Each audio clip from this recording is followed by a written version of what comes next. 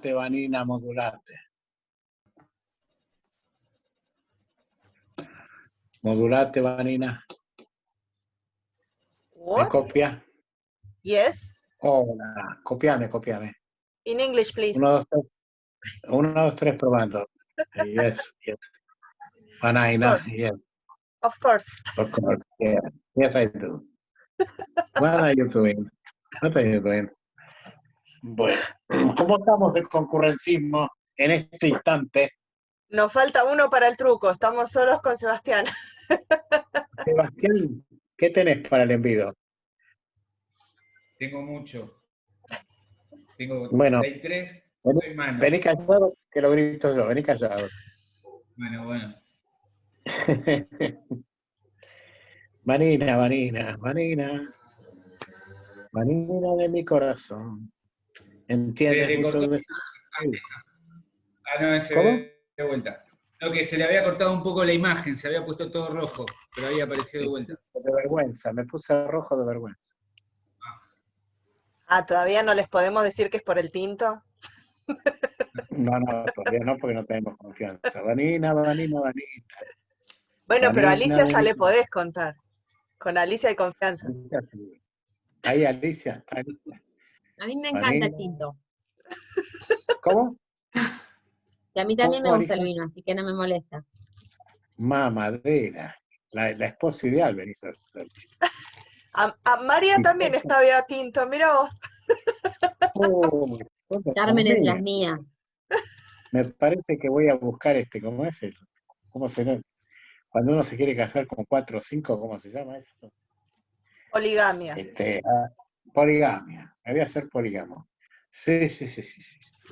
Porque una mujer que le gusta el vino es una mujer romántica. ¡Oh! Espectacular. Qué bueno que a mí me gusta la cerveza. La mujer que le gusta la cerveza es despreciable, fría. La mujer cálida es vinera. Por eso todas las que se maman con vino son geniales. Y los varones del vino somos tiernos, amorosos, de otra galaxia. ¿Cómo estamos ahora, Vani? Tenemos 13. ¿Quién da más? 13. Hay que esperar un poquitito más. Igual ya voy viendo, pero después me retan. Ahora.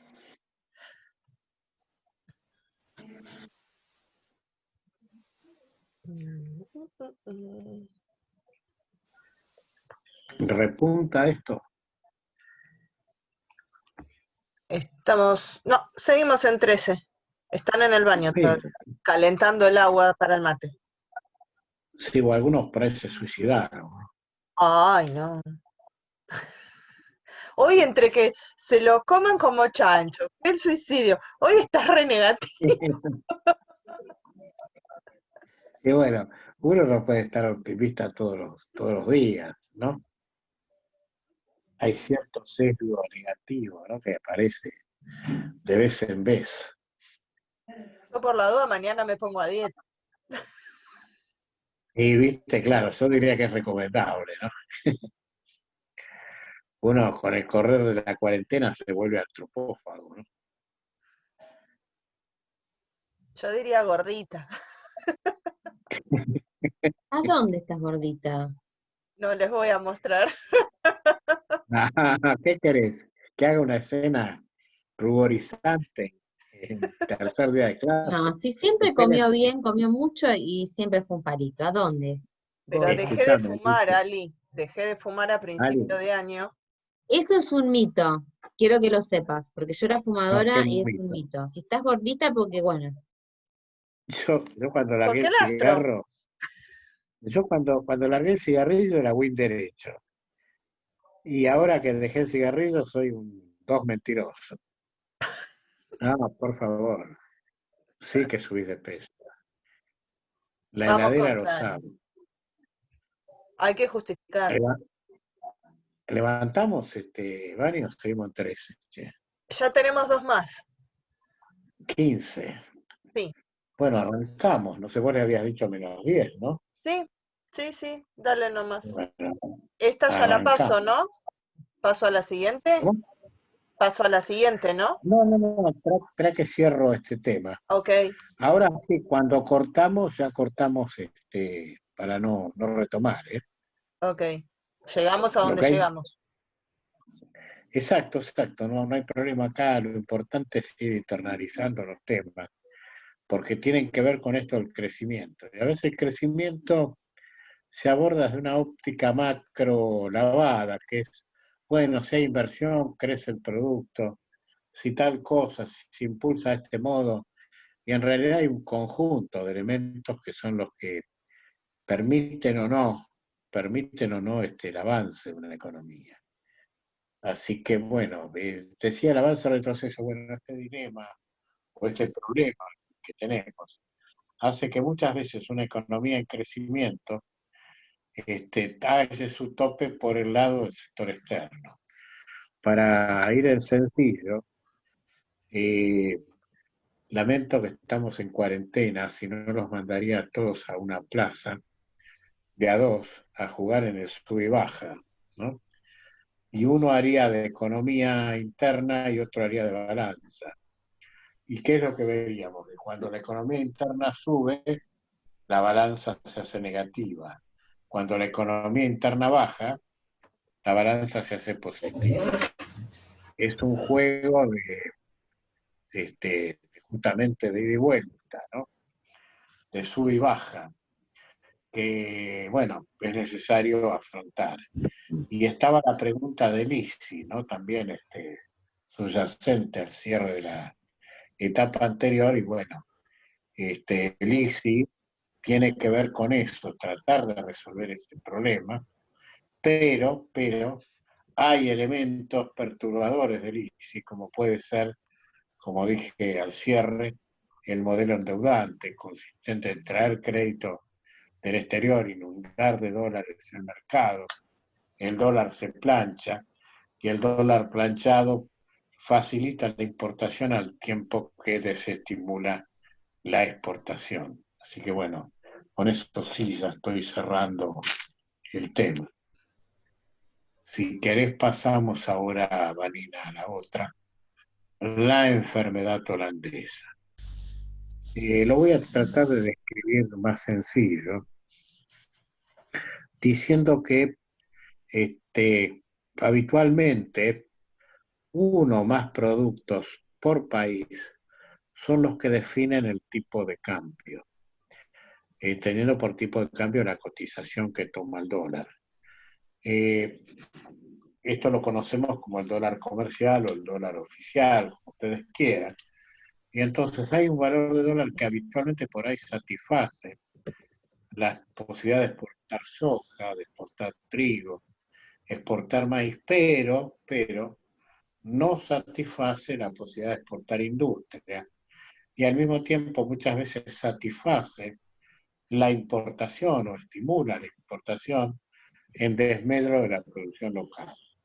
Entonces, en ese esquema, que lo conocemos como enfermedad holandesa, se produce lo que llamamos una primarización de la economía. Es decir, la economía queda resignada a un sesgo primario, queda resignada a producir cultivos o algunos productos colaterales, poca industria o nada, y entonces es una economía dependiente climática, ¿no?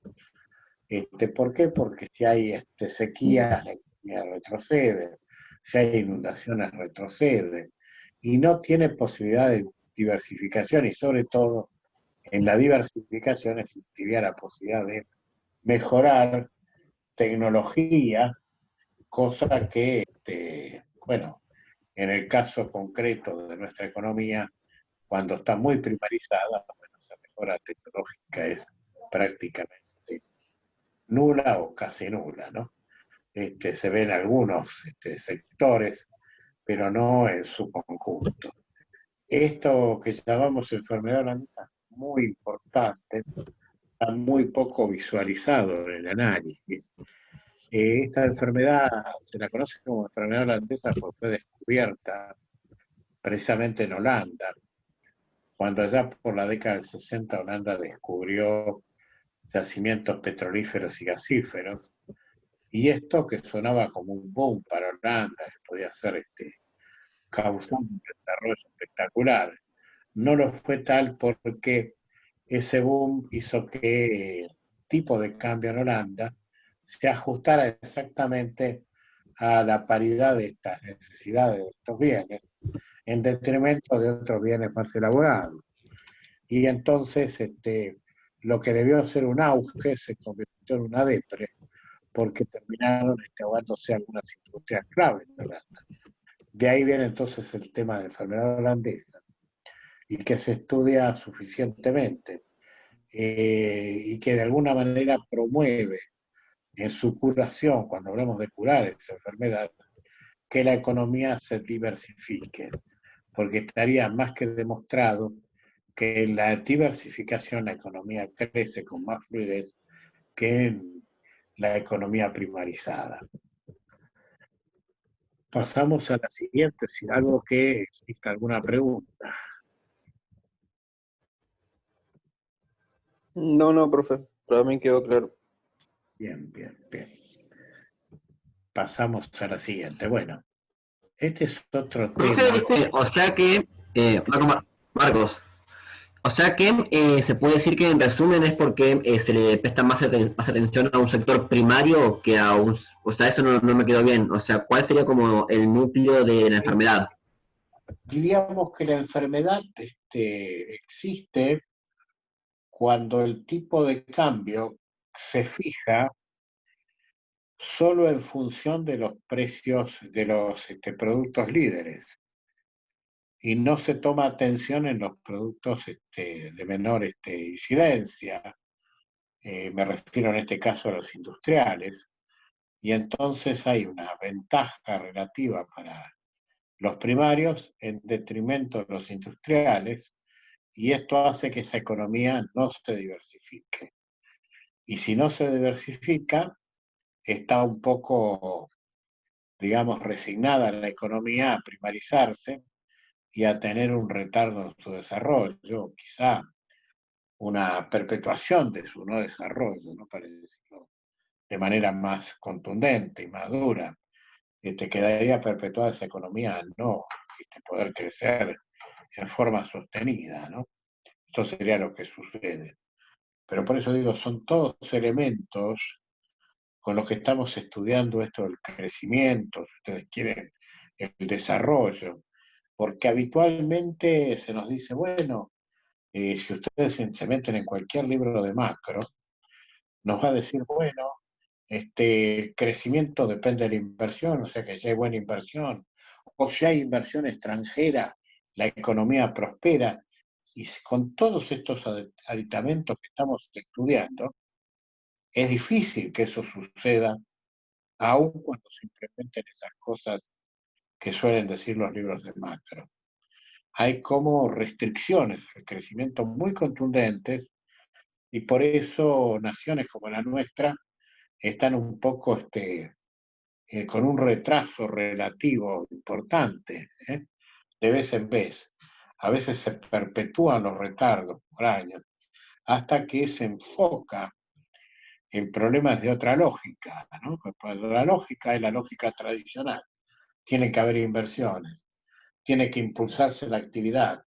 Le doy dinero a los demandantes para que consuman, y en ese consumo se mueve la economía. Si tan rápido como la economía se mueve, tenemos que hacer ruido por el lado externo, o tenemos una economía que facilita la exportación de trigo, soja y maíz, y desalienta la exportación de otros productos, se alienta la importación de industrias, es probable que esa economía crezca poco o nada, ¿no? Y esto es lo que tenemos que analizar en estas clases iniciales para poner en blanco y negro la lupa sobre esto que llamamos crecimiento, si ustedes quieren, en una categoría mayor del desarrollo.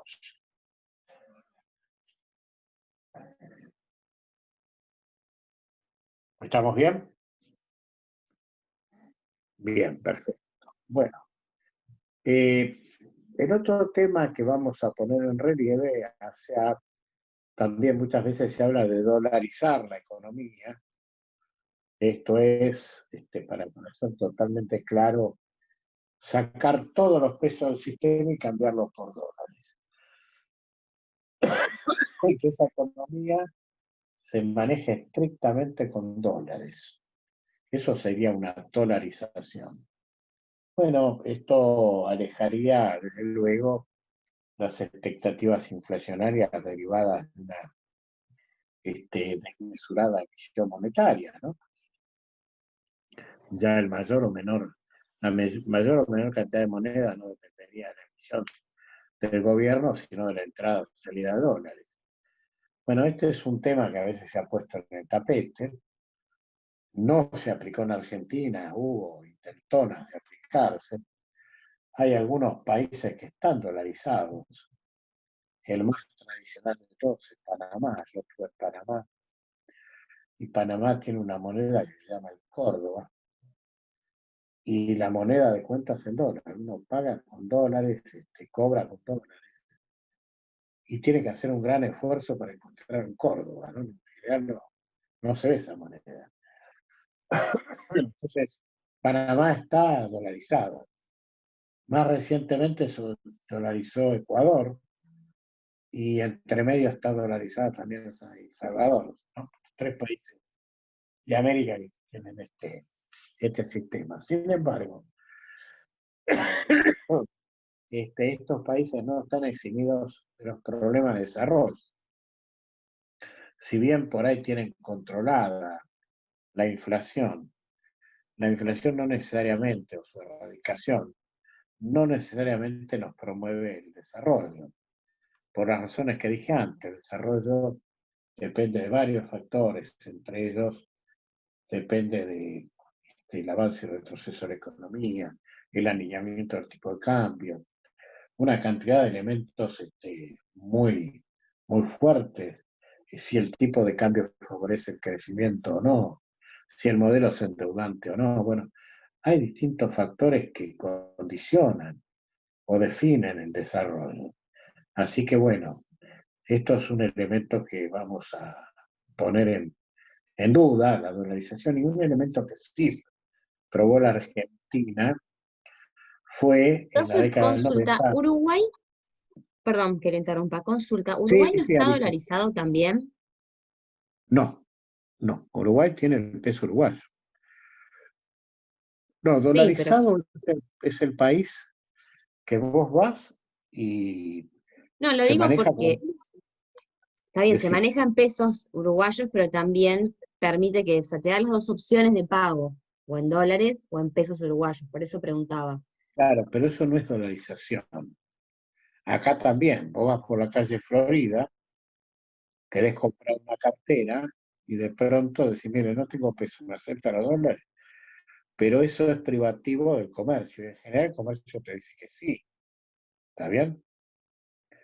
Pero la moneda argentina no está suprimida. Yo estuve en Colonia, Uruguay, hace un par de años y me manejé con pesos uruguayos. ¿Entendés?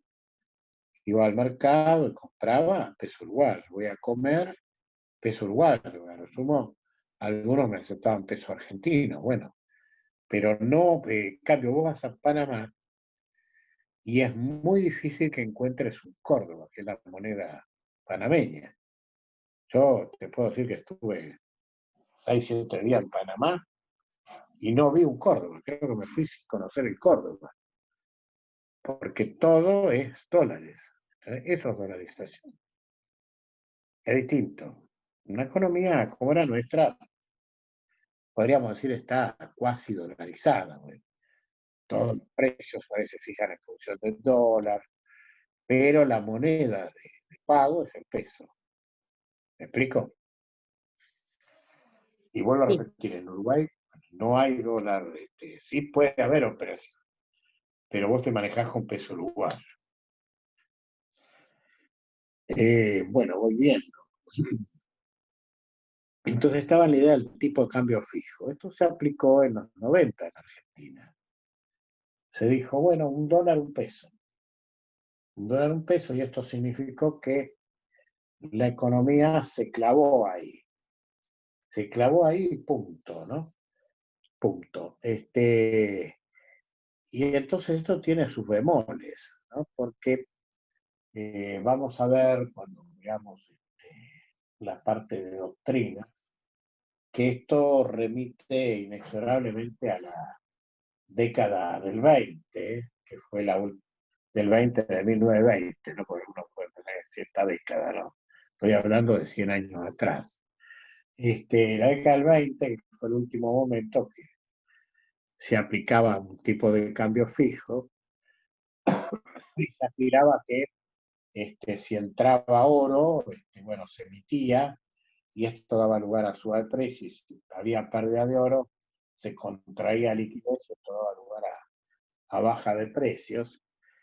Y como sabemos, este mecanismo, lo vamos a analizar muy a fondo, este mecanismo chocó seriamente el 24 de octubre de 1929 y duró ese choque, ese accidente, digamos, varios años, hasta que, bueno, Keynes introdujo algunos cambios en la economía, y entre ellos el abandono, quizá el cambio más contundente, si ustedes quieren, el abandono del tipo de cambio fijo por el tipo de cambio variable.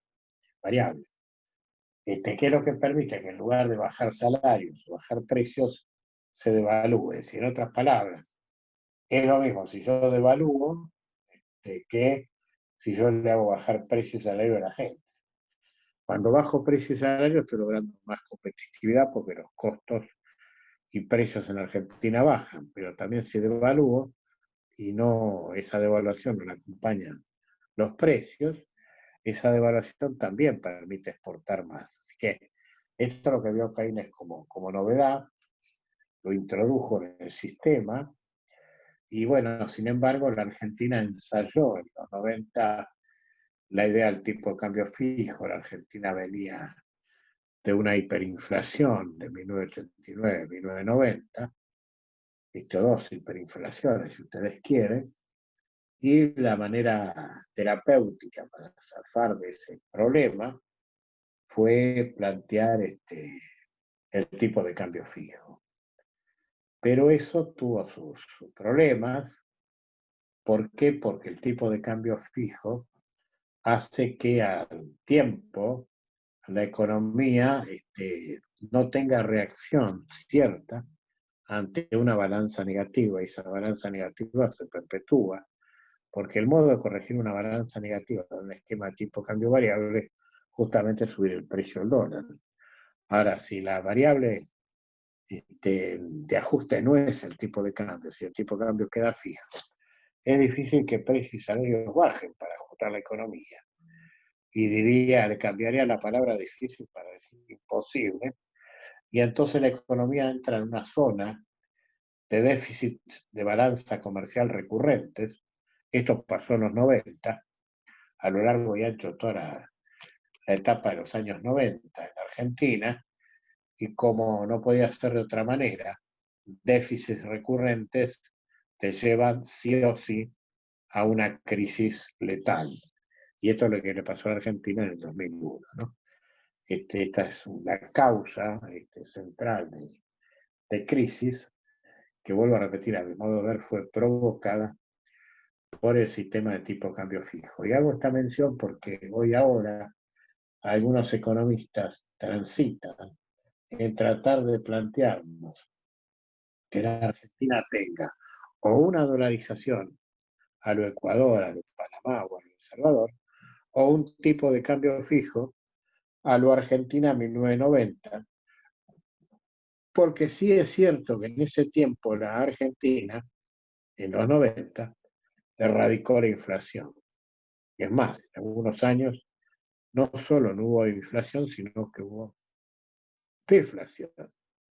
Pero todo esto conllevó a una crisis terminal que hizo necesario un ajuste fenomenal, y la Argentina, fruto de esa crisis en 2001, entró en default, tuvo innúmeros problemas, estuvo al borde de una guerra civil, porque la economía había entrado en recrudecimiento de la pobreza, la indigencia, el desempleo, había entrado en las cuasimonedas, había entrado la Argentina en problemas muy, muy serios, tales como economía de trueque, que era prácticamente volver a la Edad Media, ¿no?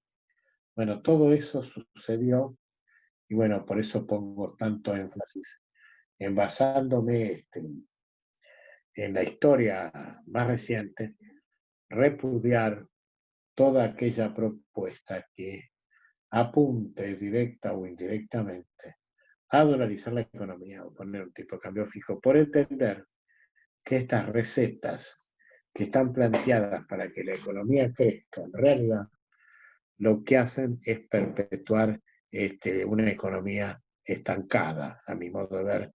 Y esto es lo que pasó en los 90. Si bien en los 90 la economía tuvo algunos picos de crecimiento, esos picos vinieron acompañados de la observación que hice en el punto de avance y retroceso que vimos antes de la enfermedad holandesa, que ustedes lo tienen en una lámina, y que es el avance, que la economía avanzaba, pero no tan rápido como avanzaba, en un esquema de tipo de cambio fijo, tenía una disfunción que era el saldo de la balanza comercial negativo, y eso no se puede reiterar en varios años porque el saldo de la balanza negativo supone que tiene que haber gente o instituciones que nos presten, y los préstamos no son de goma, sino que en algún momento no solo se interrumpe la dación de préstamos, sino lo que es peor, el acreedor nos pide que paguemos los préstamos. Y ahí viene el problema. ¿Alguna pregunta hasta aquí?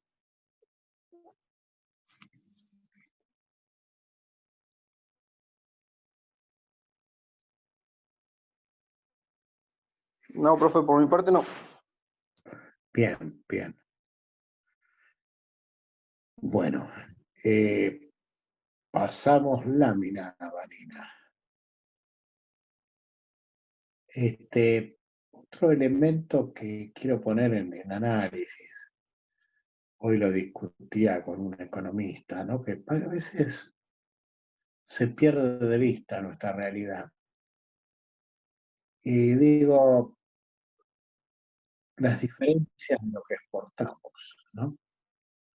¿Qué exporta Chile? Chile exporta cobre. ¿Qué exporta Argentina? Alimentos. Bueno, pues sí, pero profe, ¿y qué pasa con eso? Bueno, que si Chile vende todo su cobre, subirá el precio del cobre, pero no suben el precio de los alimentos. Si Argentina vende muchos alimentos, sube el precio de los alimentos.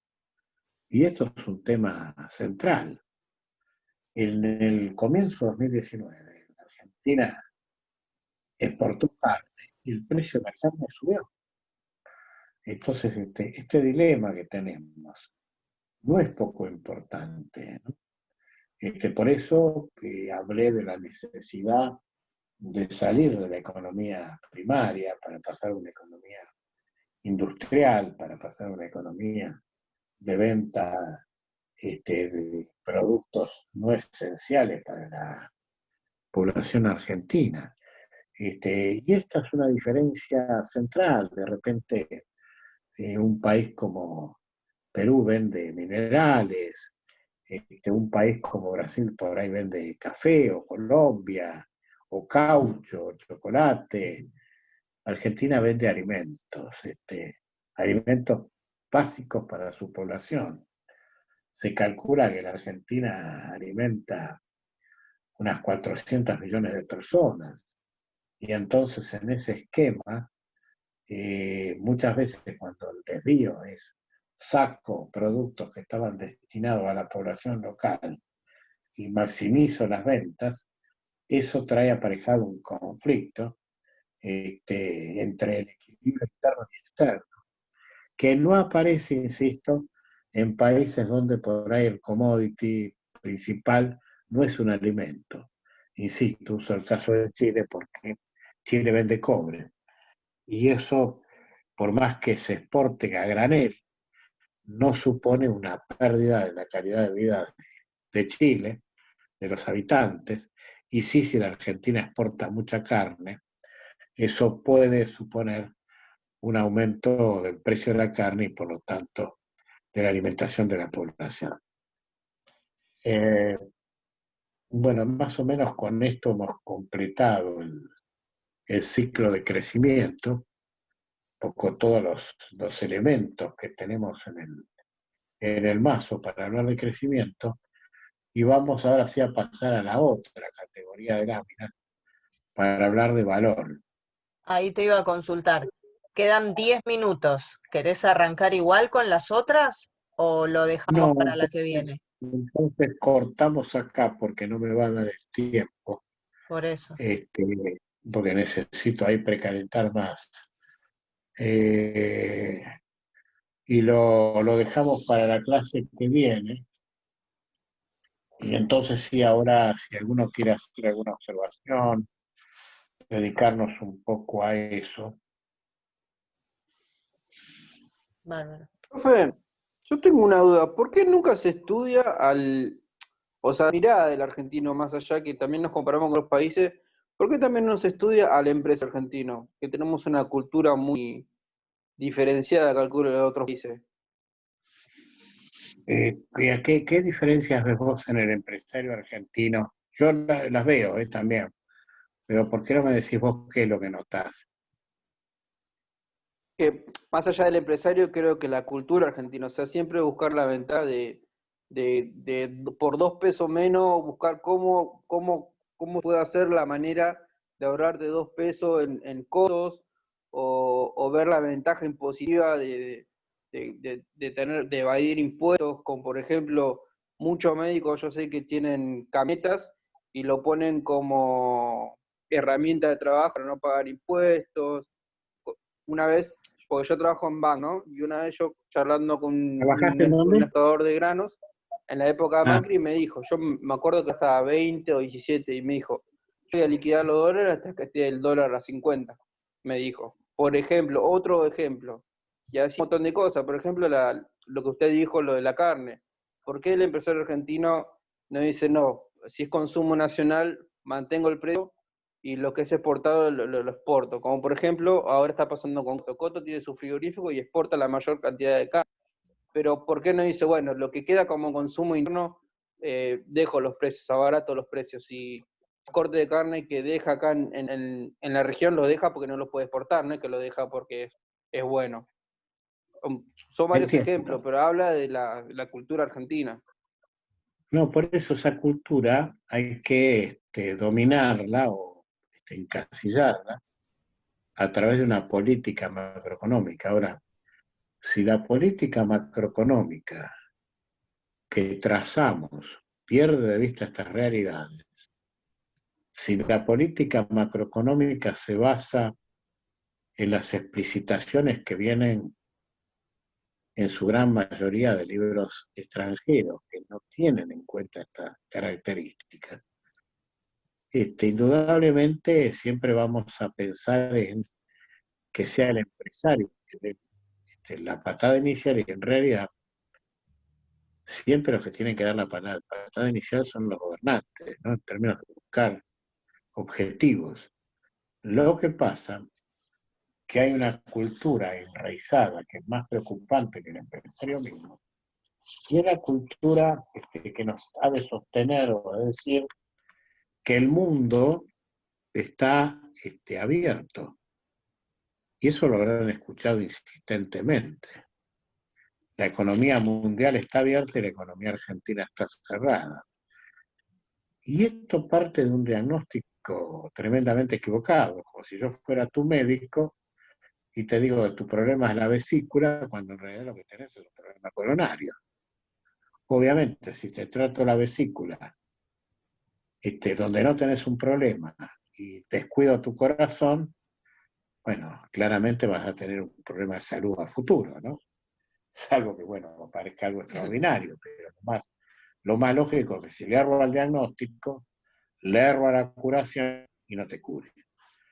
Esto mismo pasa con Argentina. Hay un problema de diagnóstico, a mi modo de ver, muy grueso, y parte de esto, el mundo está abierto, la Argentina está cerrada, y hasta que no nos abramos, no vamos a crecer.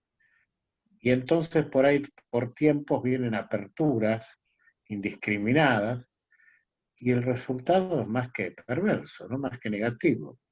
Porque el diagnóstico es inverso, el diagnóstico es que el mundo está cerrado, y por ahí la Argentina está más abierta. Y esto cuesta decirlo, porque casi que me podría llegar a costar una recriminación, porque ¿cuántas veces escucharon el concepto anterior? Han escuchado hasta el cansancio. La Argentina está cerrada, el mundo está abierto. Sin embargo, a tenor de lo que nos pasó con el biocombustible, es Estados Unidos que está más cerrado y nosotros más abiertos. ¿Qué restricción le pusimos nosotros a algún producto norteamericano? Ninguna. ¿Qué restricción nos puso Estados Unidos a nuestros productos? Al biodiesel. ¿Qué restricción le pusimos nosotros a un producto que venga de Europa? Ninguno. ¿Qué restricción nos pusieron los europeos a nuestros productos? A los limones. Y estoy hablando así de los hechos más notorios, ¿no? Ni hablar de las jugadas que hacen alrededor de políticas de subsidio, políticas que hacen que alienten sus desventajas, las subsidian y esto les permita competir contra nuestros productos, y se nos hace muy gravoso entrar en esos mercados. Y a su vez nosotros por esas políticas no las explicamos ni siquiera como reacción, y entonces tenemos una desventaja terrible. Es como decir, bueno, salgo a jugar en la cancha de River sin defensores, porque parto de la idea que ningún equipo se defiende, como si River no se defendiera, ¿no? Digo, River tiene un arquero, tiene 4 defensores, y yo voy a jugar con 11 delanteros. Digo, bueno, hay un error estratégico, ¿no? Serio. Parte de un error de análisis. Y yo creo que esto es lo que está subyacente en el análisis de la intelectualidad argentina, y que está repetido mecánicamente, no está cuestionado esto del librecambismo, y cuánto por ahí nos atrasa, ¿no? Eso creo que no está analizado. Y es más serio que el empresario argentino, que hasta diría que tiene su lógica, la lógica de ganar de cualquier manera, que moralmente por ahí no está bien, pero que hace una lógica de defensa de la empresa misma, ¿no? Mecanismo Quizá también defensivo. tiene que ver, profe, con una cuestión cultural, porque por ahí en otros países europeos, no sé, un supermercado, digamos, está controlado los precios, o sea, hay como un límite de ganancia que puede tener. Acá ganan el 150 o el 300%, y todos se ponen de acuerdo para aumentar los precios por igual, digamos. También hay una fuerza de empresaria que hace que también el Estado yo no creo que, digamos, el Estado no quiera, de alguna forma, también controlar a los empresarios, pero hay como una cultura de decir, no, si el Estado se mete, el Estado es malo. Digo, es una forma de pensar, ¿no? Digo que en otros países el Estado controla más este tipo de cuestiones. Yo entiendo Es que acá no se verdad, hace porque, bueno, vivimos, o sea, culturalmente somos diferentes. es verdad, pero el principal problema está en nuestra intelectualidad. Hoy, por ejemplo, fui reporteado por radio, ¿no? El periodista me decía, bueno, hay poca inflación ahora porque, claro, están congeladas las tarifas y el combustible. Dice, ayer fui con un amigo, cargó combustible y me dijo, qué barato está el combustible. Y claro, dice, si el combustible está congelado, ¿cómo van a subir los precios? Y la pregunta por el millón es, si está congelado, ¿está bien o está mal? Un tema. Y si está mal, ¿en qué medida está mal? ¿Qué prejuicio trae? El caso concreto es las tarifas, ¿no? Las tarifas nos han cobrado fortunas por la Lo va a luz, cortar, por el Juan, ¿eh? gas. ¿Eh? En cualquier momento te quedas hablando solo. Bueno, yo no sería la primera vez, ni la última. Digo, esto, ¿no? Que lo que por ese se reprocha como malo, bueno, hay que conceptualizarlo. Te pediría, Vanina, que esto lo anotes, y el arranque del lunes próximo discutamos esto, ¿no? Me hagas